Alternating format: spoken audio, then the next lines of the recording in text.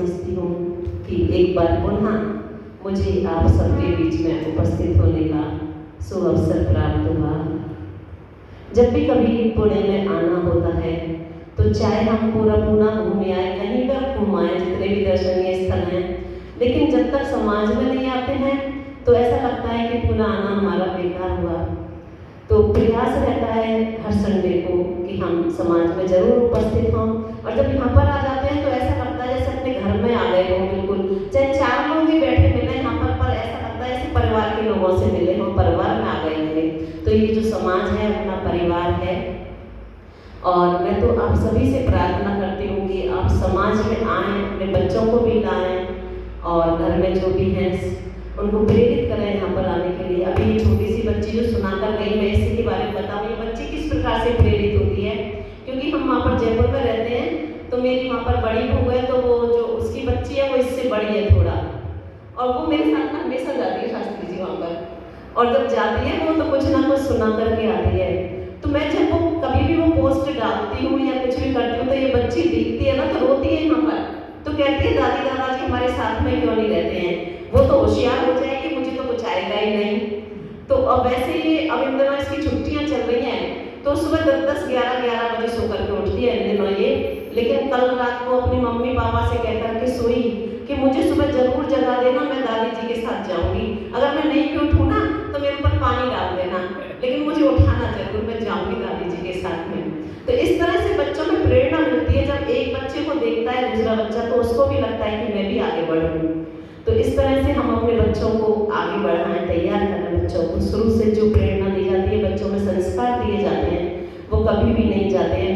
मैं भी देख रही थी वो बच्चा, शास्त्री जी का बच्चा यहाँ पर बैठा हुआ वेद मंत्रों का पाठ कर रहा था, स्वस्तिवाचक के जो मंत्र हो रहे थे उनको साथ साथ बोल रहा था। तो ये कहाँ से आता है? सब अपने घर से ही शुरू होता है। जब हम अपने घर में करते हैं, बच्चे हमको देखते हैं तो फिर वो आचरण में लाते हैं। सिर्फ कहने से कुछ नहीं होगा, हम अपने आचरण से बच्चों को सिखाएं। हमारे आचरण में होगा तो बच्चे देखते हैं मेरे दादी दादा कर रहे हैं, मेरे माता पिता कर रहे हैं, हमारे घर में तो होता ही है, तो बच्चे भी तो वही सीखेंगे ना। हम खुद कर नहीं रहे कुछ भी, फिर बच्चों से क्या कहेंगे? बच्चे नहीं आगे बढ़ पाएंगे बिल्कुल भी, क्योंकि वो देखते हैं, बच्चे तो वही करते हैं जो बड़े करते हैं।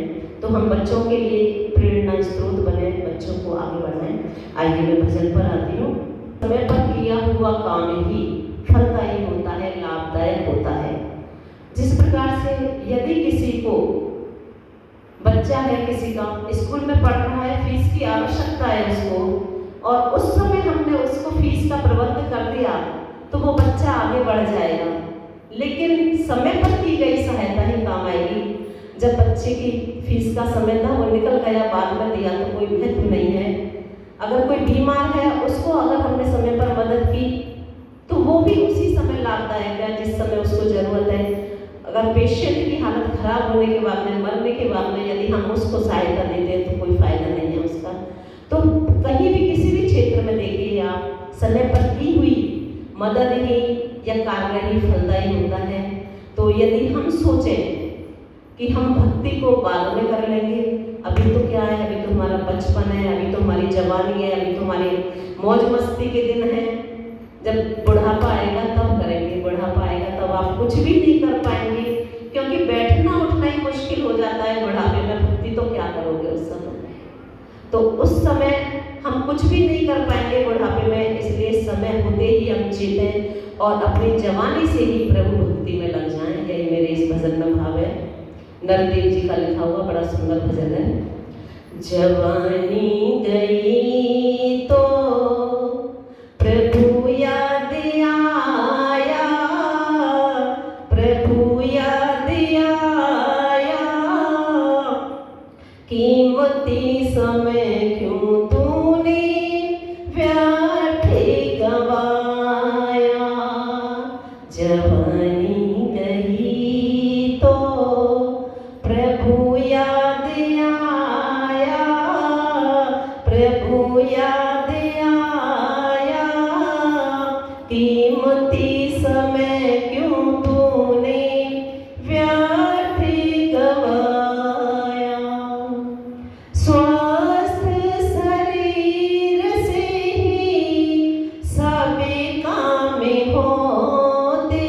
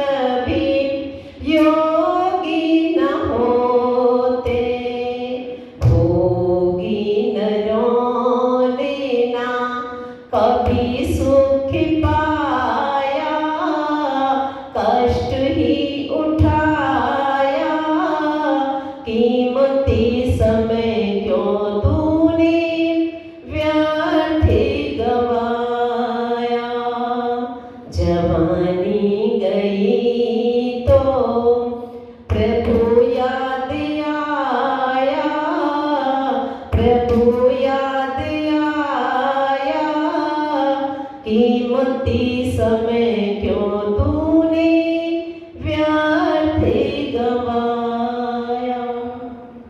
सूखी फसलें तब बरसा है पानी, सूखी फसलें तब बरसा है पानी। मारेगा निशाना कैसे टूटी है कमानी, मारेगा निशाना कैसे टूटी है कमानी। आग लगी तब कुएं पे बनाया, घड़ी को जलाया। कीमती समय क्यों तूने व्यर्थ गवाया। जवानी गई तो प्रभु याद आया, प्रभु याद आया। कीमती समय क्यों तूने व्यर्थ गवाया।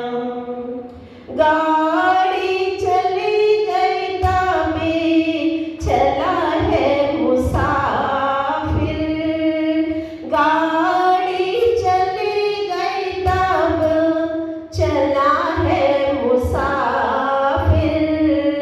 मिला ना टिकट तो आया घर वापिस, मिला ना टिकट तो आया घर वापिस।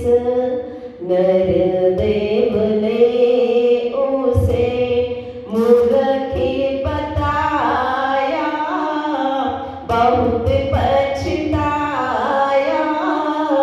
कीमती समय क्यों तूने व्यर्थ गवाया। कीमती समय क्यों तूने व्यर्थ गवाया। जवानी गई तो प्रभु याद आया, प्रभु याद आया। कीमती समय क्यों तूने व्यर्थ गवाया। कीमती समय क्यों तूने व्यर्थ गवाया। बहुत बहुत धन्यवाद।